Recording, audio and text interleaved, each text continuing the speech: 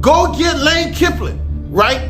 Let's offer Lane Kiffin the whole city of Slidell, not New Orleans, the whole city of Slidell, plus $15 million a year. I got 200 on it. Every great sports villain has an origin story, but Lane Kiffin's might be the wildest. He wasn't supposed to be hated. He was supposed to be the next great coach and prodigy. Instead, he became one of the most controversial football coaches the world knows today. He left Tennessee in the middle of the night. Students spray painted the name Lane on the campus rock, along with a variety of other four-letter words, all directed at the head football coach who announced he will vacate the Vols after just one season. But that moment didn't kill his career, it supercharged it. He just moved on and got love elsewhere. A lot better than another Tarmac experience that I had. He built his career under Nick Saban, like a fallen prince learning discipline, but even that didn't end so well. I want to get into Lane Kiffin. He's leaving Alabama immediately and will not coach in the college football playoff championship games. No coach in the modern era has survived more drama with more opportunities on the other side. He's controversial, brilliant, reckless, and undeniable. This is the story of the king of chaos, Lane Kiffin. Lane Kiffin is now 0-2 on Tarmacs.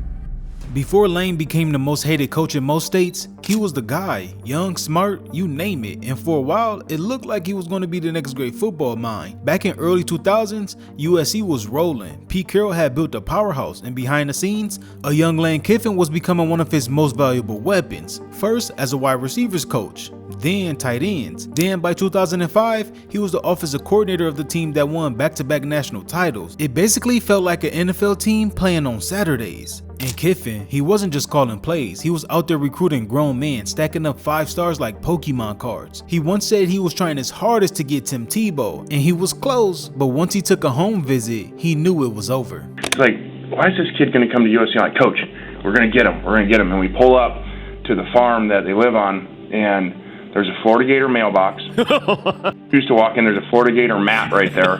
Turns to me, he's like, why are you wasting my time right now? However, Kiffin was drawing up offensive schemes that had the rest of the Pac-10 scratching their heads. Clay Hilton, who later became USC's head coach, once said Kiffin had a brilliant offensive mind and called his recruiting drive unbelievable. People weren't just noticing, they were talking. And that's when the NFL came calling, because in 2007, the Oakland Raiders did something that made 0 sense on paper. They hired Kiffin, 31 years old, with 0 head coaching experience, as their new leader. Let me repeat that, 31, the youngest head coach in the modern NFL era. The media was stunned, Raider Nation was confused, but just maybe this was the next Sean McVay before McVay even existed. All eyes were on him, the kid with the big playbook and swagger. For Kiffin, this was his knockout moment, the chance to prove that his USC magic could light up the NFL, but instead, it was a disaster. The Raiders went 5-15 with Kiffin on the sideline, locker room tensions, questionable play calling, and the worst of all, no trust between coach and the front office. It all exploded in 2008. Al Davis, the iconic and very dramatic owner of the Raiders, called a full-blown press conference, and not to just announce Kiffin's firing, but to scorch him. When this morning I called Lane and told him that he no longer is the head coach of the Oakland Raiders. On live TV, Davis called him a flat-out liar. He lies, he's a professional liar. Said he brought disgrace to the organization. Well, it's not a personality conflict. It's flat-out accusation, lying, bringing disgrace to the organization. It was wild. Sports radio lit up. Twitter, yeah, even in 2008 Twitter had a field day. Lane Kiffin, once seen as a future star, was now a punchline. Well, after the press conference, all hell breaks loose. And I'm not just talking about the media coverage. Sponsors are calling, advertisers are calling, season ticket holders are calling, fans are calling. The next 3 days were crazy. The headlines then flipped overnight. From offensive genius to overhyped kid coach. He went from USC's golden boy to the guy who got body bagged by Al Davis on national TV. And just like that, his reputation was toast. But here's the thing about Lane, he doesn't stay down for long. Even though he should have at that moment. But while everyone else had written him off, he was already plotting on the next move. In the next chapter, let's just say it was even more chaotic. So after getting body slammed out of the NFL, You'd think Lane Kiffin might disappear for a while, take a year off, regroup, lay low. Nope. In true Lane Kiffin fashion, he did the exact opposite. He went louder. In 2009, he took another head coaching job, this time for the University of Tennessee, and instantly turned Knoxville into the SEC's hottest soap opera. Really looking forward to embracing some of the great traditions at University of Tennessee. For instance, the Vol Walk, running through the T, singing Rocky Top all night long after we beat Florida next year.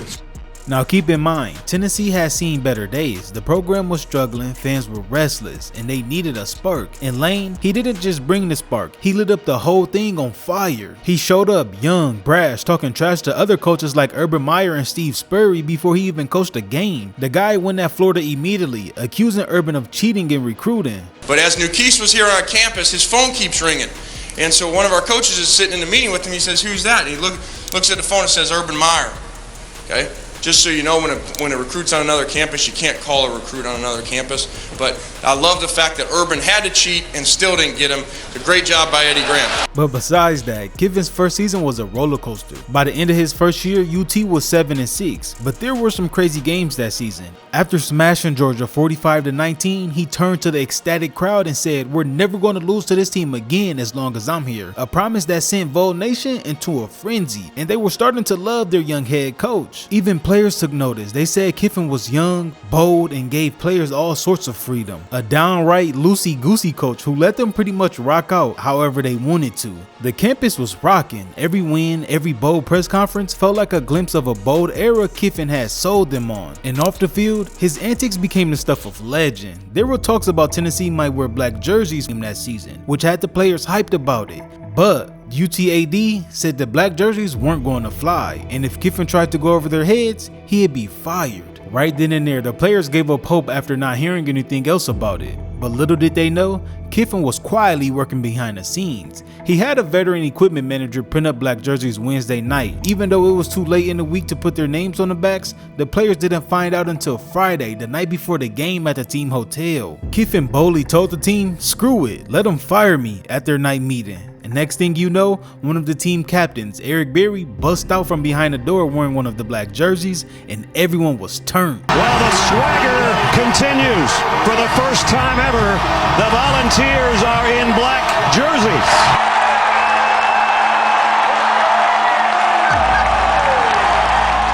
And guess what? That game ended up being against rival South Carolina, and they killed them 31-13.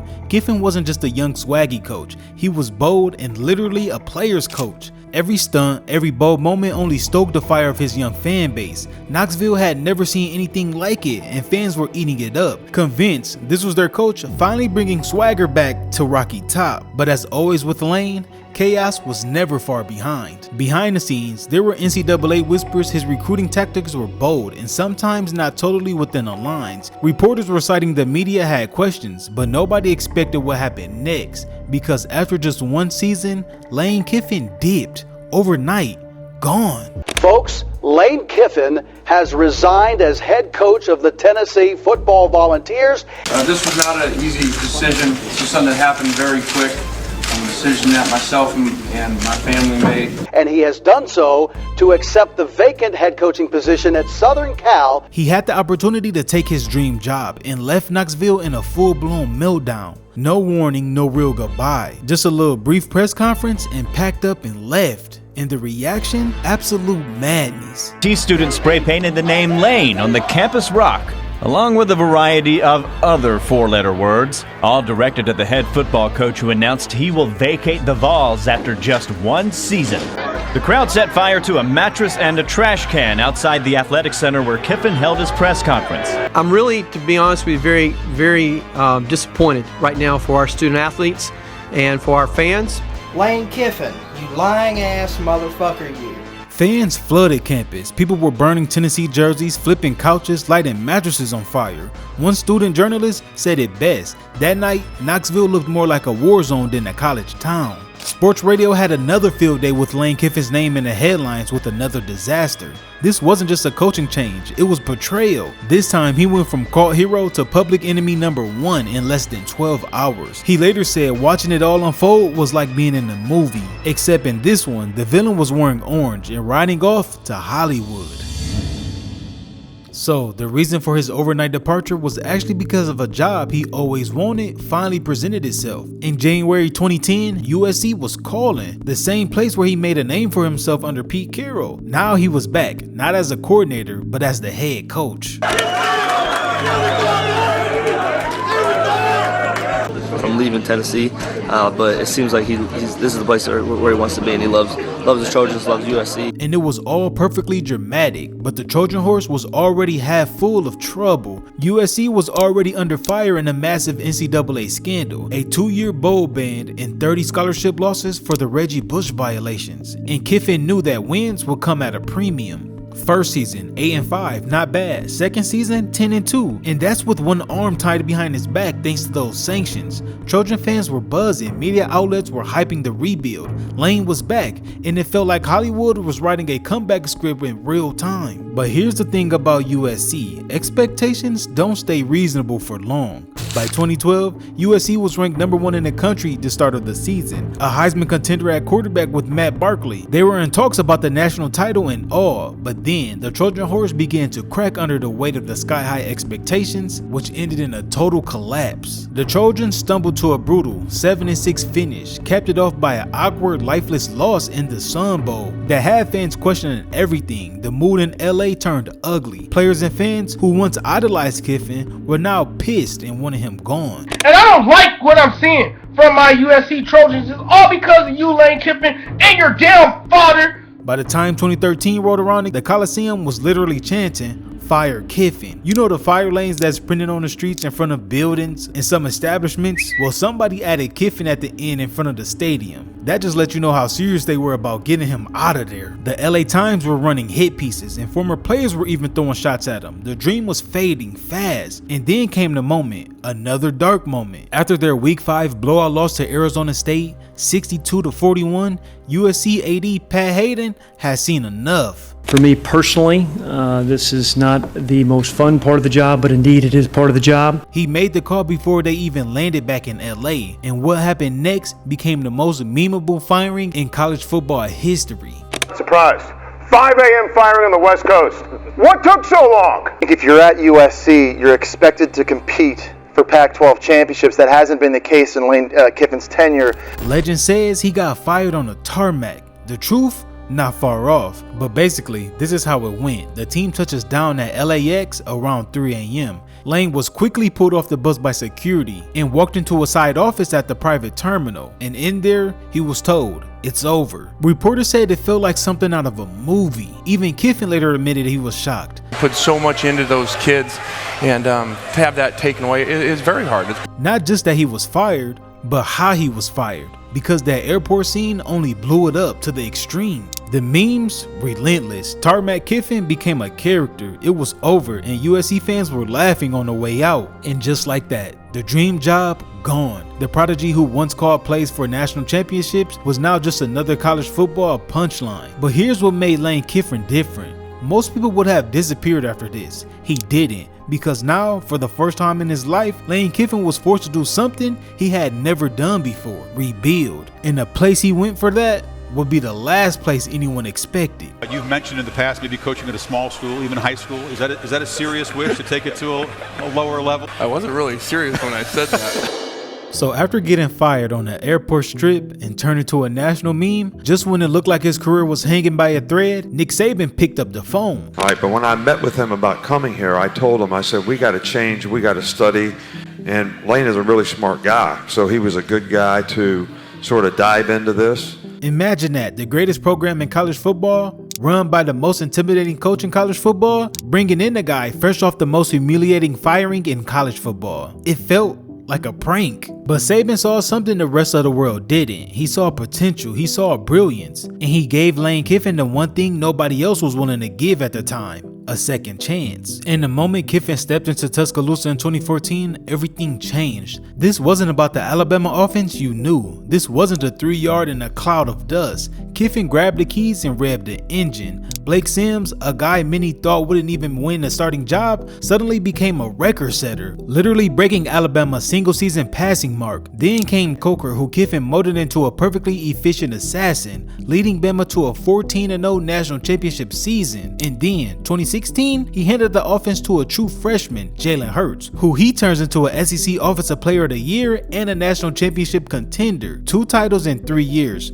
3 straight playoff runs, explosive offenses in a program known for their defense. Lane Kiffin wasn't just rebuilding his reputation, he was reinventing Alabama football. Then came Alabama's 2016 season opener against a familiar face, USC. Going into the game, knowing the situation of Lane Kiffin and USC being fired on the tarmac, he wanted to do everything to win this game and leave his mark. It was rumored that Nick Saban, who was known as a class act when it comes to respecting the game, made the decision to slow things down because of how bad they was whooping USC. He made a call through the headset and basically said, slow things down, there's no need to score again. Just keep the clock running. But Lane missed that conversation on the headset and kept running it up. He called a late sluggo touchdown to Garrett Dieter. Folks on the sideline remember hearing Nick Saban yelling at him saying, "Hey man, did this make you feel any better? Is this going to get you your job back?" And Lane replied, "No, it doesn't, but it sure feels good." And that play came with 9 minutes left in the fourth, and they finished the game 52-6. And in old Lane Kiffin fashion, he had to get the last laugh when he posted this photo of his little boy on Twitter with the caption, "Post-game W with the game ball. Hashtag 3:14 a.m. Location LAX."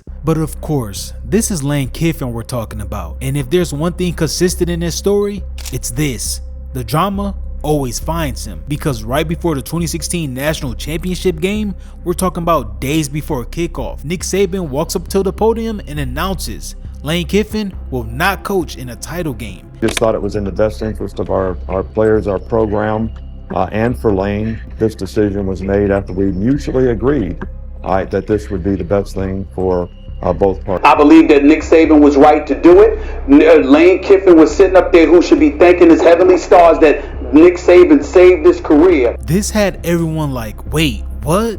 However, reports were already leaking out. Kiffin was spending time interviewing assistants for his brand new FAU staff. Guys were literally flying into Tuscaloosa during their playoff run, and it didn't sit well. Not with Saban, not with the players, not with the media. One ESPN writer roasted him with the line of the year. Lane Kiffin is about the only coach who could get fired from a job he already quit. And just like that, his Alabama chapter ended not with confetti, but with the headlines, rumors, and another round of national confusion. But here's the thing, for the first time in his career, he wasn't falling off a cliff. He was stepping into something new, something he could build, something that could finally be his again.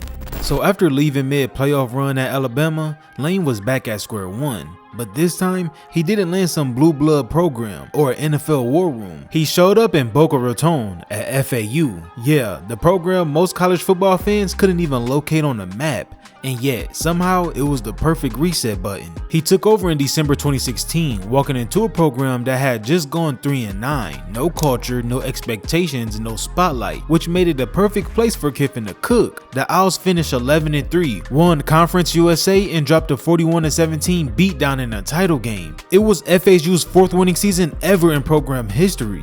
The man turned a team nobody was watching into one of the most electric stories in college football. But it was no fluke. 2 years later, in 2019, Kiffin did it again. Another 11-win season, another CUSA title. This time, he wrecked UAB in a championship game 49-6. It was the biggest blowout in the game's history. Lane wasn't just rebuilding his image, he was winning, building something real from the ground up, and proving for the first time that he could run a program from scratch and actually sustain it. He was a scrappy underdog turned into a showman who made miracles happen. And when it was time to move on, Kiffin left FAU on the highest of high notes. No riots, no mattress fires, no jerseys burned or angry crowds, just respect. Lane left Boca Raton as a champion, a fan favorite, a builder, a guy who finally delivered on all that potential and did it his way. It was the first time in his career he exited on top, and for once, nobody had nothing bad to say.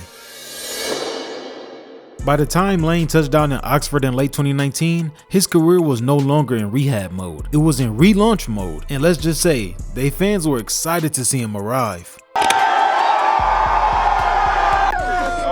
Yeah, that's what I'm talking about. Look at that. A lot better than another Tarmac experience that I had. And Ole Miss, they weren't just taking a chance. They were betting everything on the Lane train. From day one, he retooled the entire offense, going with a predictable SEC grind. This was fast, fun, violent. Ole Miss became an offense problem for every team in the country. Over the next 6 years, he led the SEC in total offense 4 times, averaged over 33 points per game, and turned Saturday afternoons into shootouts. It was chaos. It was beautiful. It was Kiffin. Quarterbacks flourish. Matt Corral went from a solid starter to a full-on Heisman contender.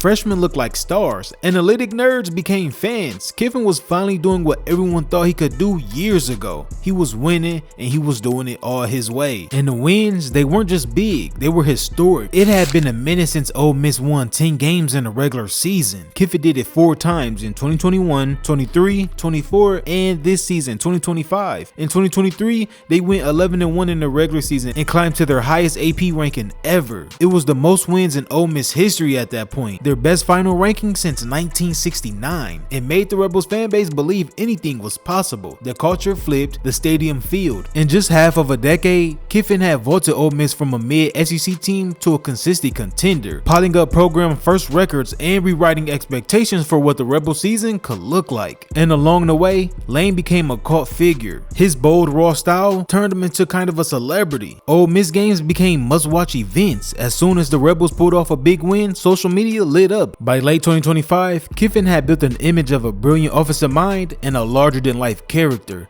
the very essence of a modern, media-savvy coach. But then came the twist of fate. In late October 2025, LSU, sick of struggling from a disappointing season, had fired Coach Brian Kelly and began eyeing Kiffin as their next savior. Ole Miss, on the verge of their first college football playoff, caught wind of LSU interest, and athletic director Keith Carter quickly gave Kiffin a very short deadline to decide his future, not wanting the saga to drag past Thanksgiving and into crucial recruiting periods. On November 28th, the last game of the season, Ole Miss smacked rival Mississippi State in the Egg Bowl 38-19, clinching an 11-1 season and a playoff spot, a celebratory high point. But just 2 days later, everything changed. Kiffin posted on Twitter that he would complete a historic 6-season run at Ole Miss if he could coach the playoffs, but Carter denied the request. And in the same breath, he revealed the bombshell. He was leaving for LSU, and by night November 30th, the deal was official. You know that this was a very challenging, difficult day. You know, we went through a lot last night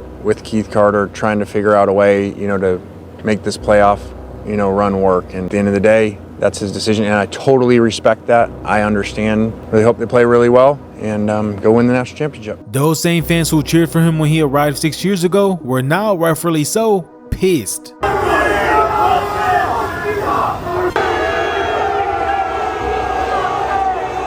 Lane Kiffin is now 0-2 on Tarmacs. I'm sure that same baby he was holding on his first day he arrived was now one of them people out there booing him. Just like that, before the playoffs, before the goodbyes, he was leaving a place once again abruptly. Ole Miss wasted no time. Shortly after the news hit, a photo of what appears to be his clothes was sitting out on a sidewalk of the team's facility. This wasn't just dramatic, it was cinematic, a villain exit straight out of a college football movie. He built the best team Ole Miss had ever seen and was still doing the same walk of shame he did a few years ago. No matter what side you're on, Lane Kiffin had done it again. He made history, he made headlines, and he made enemies. Which brings us to one final question. Who is Lane Kiffin? Here's the thing about Lane Kiffin. Everywhere he goes, he leaves chaos in his rearview mirror, and somehow it leads him upward. Let's just take a rewind. Leaves Tennessee for his dream job, then gets fired at USC. Rehabs at Alabama, leaves FAU, takes Ole Miss to heights they've never seen before, blows up a playoff run in Oxford, lands the LSU job before their season is even over. The pattern doesn't make sense on paper, but it's consistent. Every exit is messy, every landing is a promotion. But why? Because underneath the headlines, underneath the trolling, the memes, the Twitter jabs, Lane Kiffin is just simply really good at football. We're talking elite level play calling, Nick Saban level recruiting, national championship caliber results. And don't just take my word for it. Listen to one of the greatest coaches of all time. Lane is a great play caller and really good on game day in terms of, could see what the other team's doing and how they were playing plays. And I think he always does a really good job of utilizing the personnel he has, putting them in the right place. And